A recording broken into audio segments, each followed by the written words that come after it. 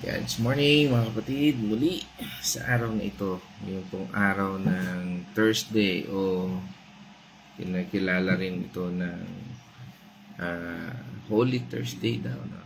Yan, ngayon pong April 17, 2025 ay tayo ay dadako naman sa ating daily devotion dito sa ating God's Morning. At patutungkulan natin ang talata mula sa John 6 verse 51 at pamagatan natin itong From Manna to Messiah, the true bread from heaven. Ito ay paalala ng ating Panginoong Diyos sa bayan ng Israel ng pagpapakilala niya bilang isang tinapay. At ngayon sa ating pagpapatuloy, tayo ay sasamahan ng ating partner upang tayo ay bumasa at pangunahan natin sa pananalangin. At ngayon, tayo po ay dumako sa puntong ito. Magandang umaga mga kapatid. Sabi nga po sa John 6:51, Ako nga ang tinapay na nagbibigay buhay na bumaba mula sa langit. Mabubuhay magpakailanman ang sinumang kumain ng tinapay na ito. At ang tinapay ay ang aking katawan na ibinibigay ko upang mabuhay ang sangkatauhan. Let's pray. Okay, tayo po ay manalangin. Let's all pray. O maraming Diyos na makapangyarihan, kami po ay nagpapasalamat sa umagang ito. At muli sa amin pong pagtahak ng iyong salita at patuloy na paglalakbay nito. Samahan mo po kami at ikaw lamang po, Panginoon, ang magbigay sa amin ng kalinawan at revelation patungkol sa pag-aaral nito. Mula sa iyong banal na Espiritu, kami po ipuspusin mo sa umagang ito at pagkalooban ng gift of understanding. Muli sa lahat ng ito, ikaw po ang pinasalamatan. Ito po ang dalangin sa pangalan ng aming Panginoon at tagapagligtas na Senso Cristo. Amen. Sabi nga, kung tayo ay may mga memories, o mga pag-aalala, ngayon usong-uso yung reunion, at dito ay inaalala natin balik tanaw sa mga nakaraan, At katulad ng ating tinatalakay ngayon dito sa John 6:51, ito yung pagpapaalala ng Panginoon kung sino siya, At ating tutunghayan. At doon sa binasa nating talata dito sa John 6:51 ay nagpapakita sa atin ng isang pangunawa at pagpakilala ng Jesucristo na sabi nga niya doon, siya ang tinapay.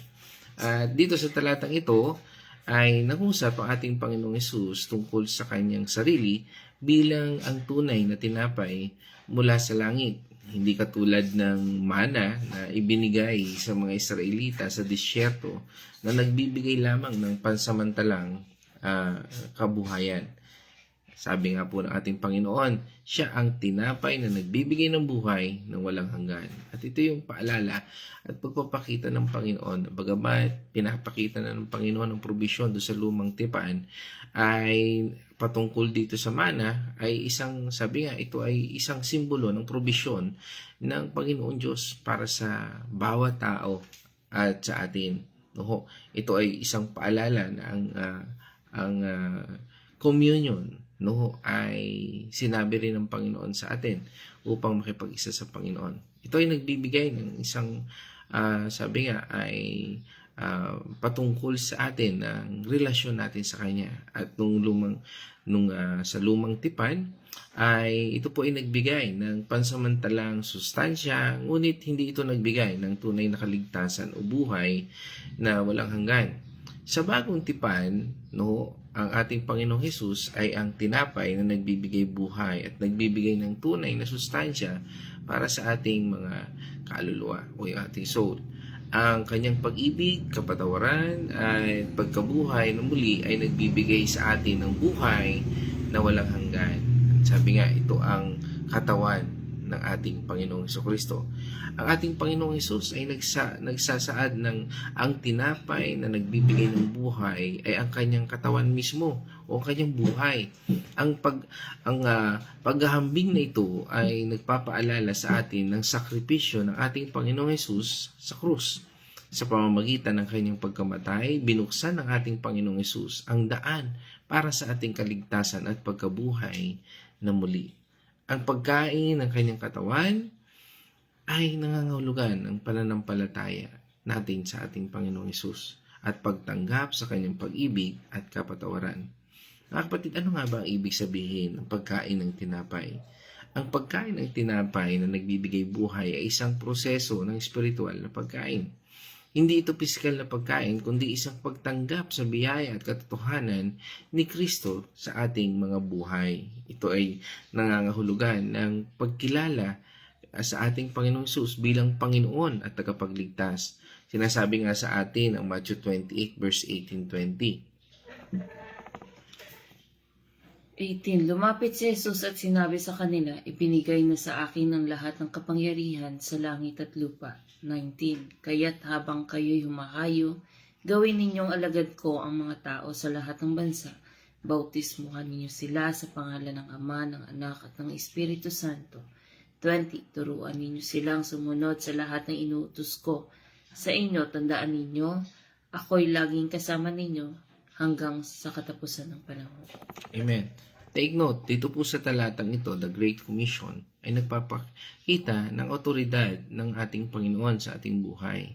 At dito ay sinasabi niya yung paghayo natin o pagbabahagi ng salita ng Panginoong Diyos ay may kalakip na pangako na hindi tayo nag-iisa sa hamon ng buhay, na kung tayo ay magpapagamit sa Panginoon at patuloy natin ibabahagi ang salita ng Panginoon Diyos, kasama natin siya. At ito yung pagkilala natin sa otoridad at kakayahan ng Panginoon Diyos na siyang kumilos sa ating buhay. At sinabi nga rin, pag-aralan din namin kahapon about yung sa 2 Corinthians chapter 12, na dito pinakilala ang pinapakita ng Panginoon ang ating pakikipag-isa sa Kanya at ang patuloy natin na paglaban. May napag-aralan din namin doon yung thorn in the flesh, na kung saan ay ito ay kung minsan ay ginagamit ng Panginoon upang makita ang pagwasak ng Panginoon Diyos sa gawa ng kaaway at gawa sa ating buhay. At ito yung pagpapakita sa atin ng pagbibigay ng kalakasan ng Diyos sa lahat ng ating mga sabi nga, pakikipaglaban o maaring ating pakikibaka sa mundong ito. At sa pamamagitan ng mga salitang ito, ito ay nagbibigay sa atin ng pangako ng ating Panginoon Diyos. Ang Panginoong Jesucristo ay nagpapakita ng autoridad patungkol dito sa salita. At sabi nga, minsan may mga pilosopo ang sasabi, ano ang probable evidence? Nasaan ang dokumento? Tandaan natin, the documentation by itself, nung panahong yon ay hindi pa nag-i-exist. At ang existence nito ng ating Panginoon Diyos ay sa pamamagitan ng kanyang salita. Na nung ginawa niya, kinreate niya ang mundong ito at lahat ng kalawakan, mga bagay na hindi nakikita sa mundong ito, ay sa pamamagitan ng salita. Kaya nga dito nagpapakita na ang autoridad ng ating Panginoon Diyos ay sa pamamagitan ng salita na natatala sa Biblia. At ito ngayon yung ating tinatamasa. Sa ating patuloy na pagbubulay ay makikilala natin at makikita natin na ang salita ay mismo ang ating Panginoon Diyos. At ang salitang ito ay tumutukoy sa ating Panginoong Hesus at nagpapakita ng kanyang pagiging Diyos. Sabi nga doon sa John 1 verse 1. Nang pasimula ng karoon ng salita, ang salita ay kasama na ng Diyos at ang salita ay ang Diyos. Amen. At ang salitang ito na ating pinapahayag ngayon ay salita mismo niya. Hindi kayo ninumang pag-aari ng ninuman, kundi sa ating Panginoon. Dito ipinapahayag ng ating Panginoong Hesus ang kanyang pagiging tanging daan tungo sa ating Panginoon Diyos o sa ating permanenteng tahanan, ang langit. At tanging kay Hesus lamang natin makikita ang daan na ito. Sabi nga sa atin ng John 14 verse 6. Sumagot si Jesus, ako ang daan, ang katotohanan at ang buhay. Walang makakapunta sa Ama kundi sa pamamagitan ko. Amen. Sabi nga, walang makapupunta. Apakalinaw dun sa talata na sinasabi. Si Jesus lamang ang daan. Wala nang iba. At siya lamang ang katotohanan. Ito ay isa sa mga bahagi na dapat nating lakaran. At sinasabi nga rin sa atin ng talata o yung pinakasikat na talata, ano yun, yung John 3:16, na sabi nga ay ito ay ang purpose ng ating Panginoon, ang layunin ng ating Panginoon Diyos. Ano nga po yun? Sabi doon sa John 3:16, Sapagkat ganun na lamang ang pag-ibig ng Diyos sa sangkatauhan, kaya't ibinigay niya ang kanyang kaisa-isang anak, upang ang sinumang sumampalataya sa Kanya ay hindi mapahamak, kundi magkaroon ng buhay na walang hanggan. Amen. Sa English, sabi niyan, for God so loved, no? Pag sinabi nating so in love, no? Yung talagang in love ka, no? Ganun ang pagmamahal ng Diyos sa atin, na kaya niyang ibigay ang lahat para sa ating kaligtasan.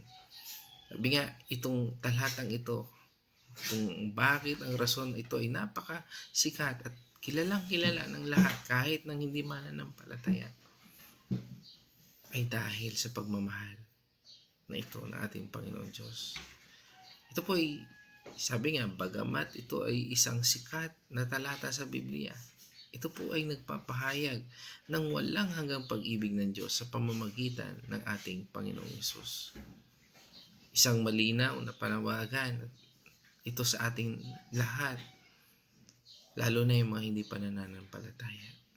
Kaya nga, napakahalaga ng salita ng Panginoon Diyos at napakahalaga ng pagtanggap natin sa ating Panginoong Jesucristo. Sabi nga sa atin ng Romans 10 verse 9, Kung ipapahayag ng iyong labi na si Jesus ang Panginoon at buong puso kang sasampalataya na siya'y muling binuhay ng Diyos, maliligtas ka. Amen. Sabi nga, isang malinaw na panawagan ng pananampalataya sa ating Panginoong Hesus para sa ating kaligtasan. Kailangan nating ipahayag na siya ang ating Panginoon at tagapagligtas. Isang panawagan sa atin na dapat nating lakaran ang katotohanan ito. Ang ating Panginoong Hesus lamang ang daan para sa ating kaligtasan. Siya lamang, wala nang iba. Sabi nga sa atin na Acts 4 verse 12, Sa Kanya lamang matatagpuan ang kaligtasan sapagkat walang ibang pangalan ng sinumang tao sa buong mundo na ibinigay ng Diyos sa mga tao upang tayo'y maligtas. Amen. Sabi nga, wala nang iba. Wala nang ibang pangalan na ibinigay, kundi His name is Jesus. Kaya nga, napakahalaga po ng ating pagtalikod sa ating mga kasalanan at pagtanggap sa Kanyang kapatawaran. Parang isang bagay, ano? Sige na nga, magsuri ka na. Patatawarin na kita. Given na ano man yung ating kasalanan, sinasabi na ng Panginoon, patatawarin kita. Lumapit ka lang sa akin. Pero marami pa rin pong mga tao ang hindi makalalapit sa Panginoon. Ang pagsisisi ay kinakailangan para sa kaligtasan. Sabi sa atin ng Luke 13 verse 3. Hindi. Ngunit sinasabi ko sa inyo, maliban magsisi kayo at tinalikuran na ninyo ang mga kasalanan, mapapahamak din kayong lahat. Amen. Sabi nga, ang pagsisisi ay hindi lamang pag-amin sa ating kasalanan, kundi isang pagbabago ng puso at isip. Isang pagtalikod sa dating pamumuhay na meron tayo. Kaya nga, ang Panginoon Diyos ay nagbibigay ng pag-asa na ikaw ay handa, no? Na tulungan niya upang mapagtagumpayan ang anumang kasalanan. Minsan nasasabi natin, hindi pa ako pwedeng sumama dyan dahil may mga kasalanan pa akong nagagawa. Tandaan natin, hindi natin kayang ialis ang kasalanan niyan hanggat hindi mo tinatanggap ang Panginoong Jesucristo sa buhay mo. Dahil tanging ang Panginoong Jesucristo lamang ang daan upang tayo ay makatawid sa ating buhay na ito. Upang ating matutunan kung paano natin paglabanan ang anumang kasalanan. Ang pagbabalik loob ay isang aktibong hakbang tungo sa ating Panginoon Diyos. Sabi rin sa atin ng Acts 3 verse 19. Kaya nga magsisi kayo at magbalik loob sa Diyos upang patawarin kayo sa inyong mga kasalanan. Amen.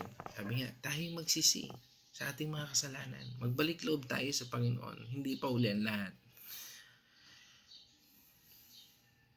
Dito, mga kapatid, ang pagsisisi ay iniuugnay sa pagpapatawag ng Diyos at pagdating ng panahon ng kaginhawaan. Ika nga, sabi nga, kung ating sasambitin, ang at aaminin natin ang kasalanan, tayo ay patatawarin ng Panginoon Diyos. Ang pag-amin ay isang mahalagang bahagi ng proseso ng pagpapatawad. Sabi nga sa atin ang 1 John 1 verse 9, Subalit kung ipinapahayag natin sa Diyos ang ating mga kasalanan, maaasahan nating patatawarin tayo ng Diyos sa mga ito at lilinisin tayo sa lahat ng ating kasalanan sapagkat siya'y tapat at matuwid. dahil siya ay matapat at tuwid. Handa siyang makinig, handa niya tayong patawarin, at handa niya tayong tulungan. Yan ang ating Panginoon Diyos sa ating buhay. Ang ating Diyos na patuloy na nagmamahal sa atin. Sabi nga, ito ay isang pangako ng kapatawaran mula sa Diyos sa ating mga tao na nagsisisi at nagpapahayag ng kasalanan. Ang pag-amin ng kasalanan sa Diyos ay isang mahalagang hakbang sa proseso ng pagpapatawad. Sabi sa atin ng Psalm 32 verse 5, Kaya't ang kasalanan ko'y aking inamin, mga pagkakamali ko'y hindi na inilihim. Wala. Ako'y nagpasyang sa iyo'y ipagtapat at sa sala ko'y pinatawad mong lahat. Amen. Ang ganda nung verse na ito, no? Sabi niya, kinakailangan nating aminin ang ating mga kasalanan at tayo ay tiyak na patatawarin ng Diyos. Ang pagtatago ng kasalanan ay pumipigil sa pagtanggap ng kapatawaran. Ang pag-amin at pagtalikod sa kasalanan ay nagbubukas ng daan sa awa at pagpapatawad ng Diyos. Sinabi rin po yan sa Proverbs 28 verse 13. No?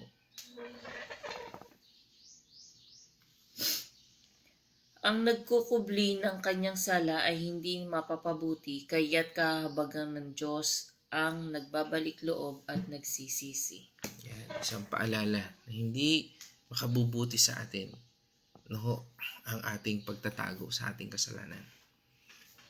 Balit, kung tayo ay magiging tapat sa ating Panginoon Diyos, tayo ay patatawarin niya.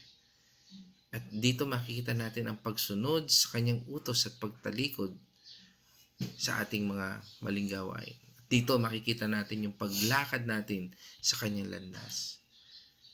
Ang pagsunod sa mga utos ng ating Panginoong Hesus ay isang direktang pagpapakita ng mismong pag-ibig sa Kanya. Sabi nga sa atin ng John 14 verse 15, Kung iniibig ninyo ako, tutuparin ninyo ang aking mga itinuturo. sabi nga niya doon, if you love me, you will obey my commandments. Hindi ito isang mabigat na pasanin, kundi isang pagtugon sa pag-ibig na una niyang ginawa o ipinakita sa atin o ipinarana sa atin. Ang pagsunod sa mga utos ng Diyos ay nangangako ng buhay, tagumpay, at mahabang buhay. Sabi sa atin ng Deuteronomy 5 verse 33, Mamuhay kayo ayon sa kanyang mga utos, sa gayon sasagana kayo at hahaba ang buhay ninyo sa lupaing sasakupin ninyo. Amen. Daming pangako ng Panginoon Diyos sa ating pagsunod sa Kanya. At ito po ay nagbibigay sa atin ng kapakinabangan at nagpapakita ng Kanyang pag-aalaga at paggabay sa atin. Ang pagsunod sa ating Panginoong Hesus ay isang panawagan sa atin ng paglilingkod. It's a calling sa atin. Ito ang pag-anyaya ng Panginoon sa atin. Sabi sa atin ng Matthew 4 verse 19, Sinabi ni Jesus sa kanila, sumunod kayo sa akin at gagawin ko kayong mga mangingisda ng mga tao. Yan yung follow me, no? Follow me. Gagawin na tayong fishers of men, no? It's a popular verse also na nagpapatungkol sa atin sa isang misyon na kasama natin ng Diyos. At sa bawat pagsunod natin sa anumang misyon na itinatalaga sa atin, even kahit sa araw na ito ay paanyaya at pagbubukas ng ating buhay upang makasama natin ang Panginoon Diyos sa lahat ng hamon. Kahit minsan tila parang nag-iisa na lamang tayo sa mga hamong ito. Hindi ito isang passive na pagtanggap sa kanyang mga aral, kundi isang aktibong pakikilahok sa kanyang misyon sa mundong ito. Ang pagsunod sa ating Panginoong Hesus ay hindi isang mabigat na pasanin. Matthew 11 verse 29 to 30. Pasanin ninyo ang aking pamatok at sundin ninyo ang aking mga itinuturo, sapagkat ako'y maamo at mapagkumbabang loob. Matatagpuan ninyo sa akin ang kapahingahan. 30. Sapagkat madaling dalhin ang aking pamatok at magaan ang pasaning ibinibigay ko sa inyo. Amen. Ang kanyang pamatok o ang pamatok ng ating Panginoong Hesukristo ay sinasabi niya doon magaan, at ang kanyang pasan ay magaan dahil sa kanyang pag-ibig at habag. Kung ang ating mga pagmamasdan, ang ating mga pagsubok, mga problema, maaaring sabihin natin mabigat. Subalit kung ito, titingnan natin si Kristo sa lahat ng ito ay magiging magaan. At makikita natin ang pag-ibig at habag ng ating Panginoon Diyos. Ang pagsunod sa ating Panginoong Hesus ay nangangailangan ng pagsasakripisyo at pagtitiis. Sabi nga sa atin ng Matthew 10 verse 38. Ang pumapasan ng kanyang krus ay hindi sumusunod sa akin. Ang hindi pumapasan ng kanyang krus at hindi sumusunod sa akin ay hindi karapat-dapat sa akin. Napaka linaw, Kung hindi natin papasanin o hindi natin susundin o hindi natin lalabanan ang ating mga circumstances, problema na hindi natin kasama ang Panginoon Diyos, ay hindi sumusunod sa ating Panginoon Diyos. Hindi ito isang madaling landas, ngunit ito ay isang landas na nagdudulot ng tunay na kagalakan at katuparan. Ang pagsunod natin sa ating Panginoong Hesus ay isang pagbabago ng buhay. Kaya kung sinusunod natin ating Panginoon Diyos, ang ating Panginoon Diyos, nababago na yung perspective natin at tayo ay nagtitiwala na sa ating Panginoon. Sabi nga sa atin ng Galatians 2 verse 20, Hindi na ako ang nabubuhay ngayon, kundi si Kristo na nabubuhay sa akin. At habang ako'y nabubuhay pa sa katawang lupa, mamumuhay ako sa pananalig sa anak ng Diyos na umiibig sa akin at naghandog ng kanyang buhay para sa akin. Amen. Ito ay isang pagkamatay sa dating sarili at isang pagkabuhay na muli para sa ating Panginoong Hesukristo. Ang buhay na walang hanggan ito, sabi nga, ito yung pagkain ng tinapay na nagbibigay buhay at nagbibigay sa atin ng buhay na walang hanggan. Kaya nga, pag tayo ay nagko-communion sa ating mga churches, ito yung pag-alala at isang paalala sa atin ng Panginoon. Gawin niyo ito sa pag-alala sa akin. Hindi lamang ito tungkol sa buhay na pagkatapos mamatay, kundi ito ay tungkol sa pagkakaroon ng isang bagong buhay ngayon. Isang buhay na puno ng layunin at kahulugan. Ang buhay na ito ay nagsisimula sa pananampalataya natin sa ating Panginoong Hesus at patuloy na kinakailangan ng paglago habang tayo ay patuloy na kumakain ng tinapay na nagbibigay ng buhay. Mga kapatid, sa ating pagtatapos, ang talatang ito sa John 6:51 ay nagpapakita sa atin ng kahalagahan ng ating Panginoong Hesus bilang ang tinapay na nagbibigay ng buhay. Siya ang nag-iisang mapagkukunan ng tunay na sustansya at buhay na walang hanggan. At sa pamamagitan ng pananampalataya natin sa ating Panginoong Hesus, maaari tayong magkaroon ng bagong buhay. Isang buhay na puno ng pag-asa at kagalakan. Mga kapatid, isang paanyaya. Kung ikaw ay naghahanap ng tunay na kahulugan at layunin sa buhay, meron tayong sandigan. Meron tayong pag-asa. Si Jesus ang sagot.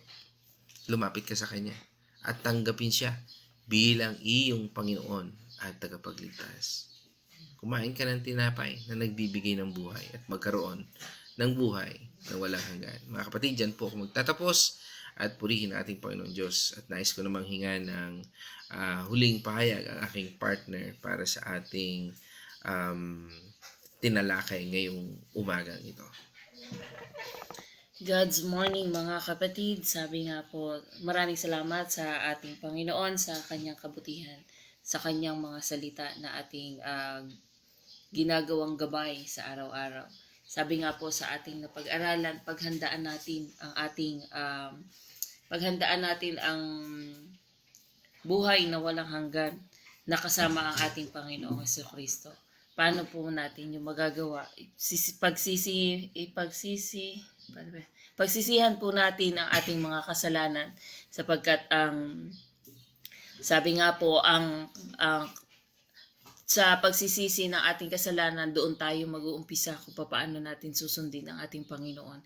Kailangan muna nating aminin sa ating Panginoon ang ating mga kasalanan nang sa ganon ay tayo ay kanyang kalugdan. Then, after po natin magsisi, mahirap po na pasanin talaga ang pamatok natin yung ating krus, yung ating mga suliranin sa buhay. Mahirap po kung tayo ay mag-isa. Kailangan po natin ng tulong ng ating Panginoon na siyang magbubuhat ng ating cross. Kasi kung tayo po ay sumusunod sa ating Panginoon, hindi na natin mapapansin kung gaano kabigat yung cross na ating daladala, which is yung pong ating mga suliranin sa buhay. Hindi na po natin siya mapapansin sapagkat ang Panginoon na po ang nagbubuhat noon para sa atin. Basta sumunod lang tayo sa ating Panginoon, patuloy tayo manahan sa kanyang presensya sa pamamagitan ng mga panalangin, pagbababad sa kanyang mga salita, kagaya ng ginagawa natin ito, pagbabasa ng Biblia, at ipahayag din po natin sa iba. I-share natin sa iba ang ating mga natutunan sapagkat yun din naman po ang inutos ng ating Panginoon, maging fisher of man tayo, maging mangingisda tayo ng tao. Paano ba natin yun magagawa kung hindi natin pag-aaralan ang salita ng ating Panginoon? Wala tayong mai-share sa iba kung wala tayong kaalaman. Hindi tayo makakapag-share sa iba kung wala tayong blessing na natatanggap, hindi natin din maibe-bless yung kapwa natin. So, yun lamang po. Maraming salamat po. Mag-ingat po tayong lahat. Okay, salamat sa iyong pagbabahagi. At ngayon naman ay tayo dadako sa ating mga online partners, no? At ito ay nakasama natin muli. Ang kanunahan natin ay si Winnie, no? Patuan mula dyan sa Villa Escudero. Yan. Pinangunahan na ng pagbati, no?